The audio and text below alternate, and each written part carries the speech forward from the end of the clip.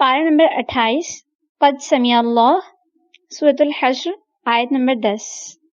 रब्बना इग़फ़िर लना रब्बना इग़फ़िर लना वलिइख़वानिना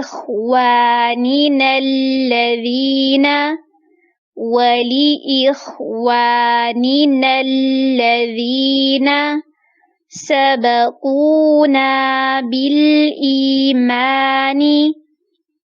سبقونا بالإيمان ولا تجعل في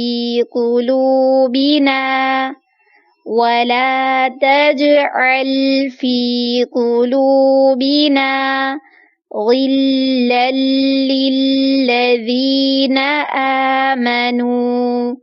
غلا للذين آمنوا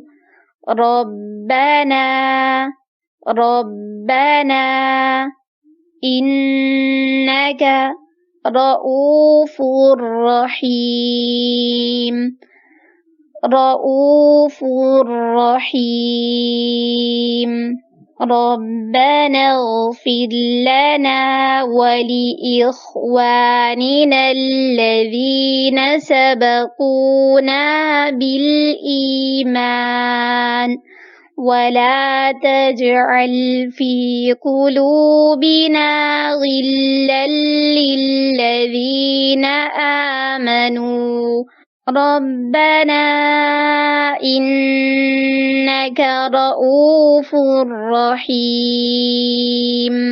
तर्जुमा। ऐ परवरदिगार, हमारे और हमारे भाइयों के जो हमसे पहले ईमान लाए हैं गुनाह माफ़ फरमा और मोमिनों की तरफ से हमारे दिल में कीना और हसद ना पैदा होने दे। ऐ हमारे परवरदिगार, तू बड़ा शफ़क़त करने वाला मेहरबान है। वीडियो पसंद आने की सूरत में लाइक, कमेंट और शेयर करें। हमारे चैनल को सब्सक्राइब करें और बेल नोटिफिकेशन को ऑन कर दें ताकि नए आने वाली वीडियोस आपको बआसानी मिल सकें।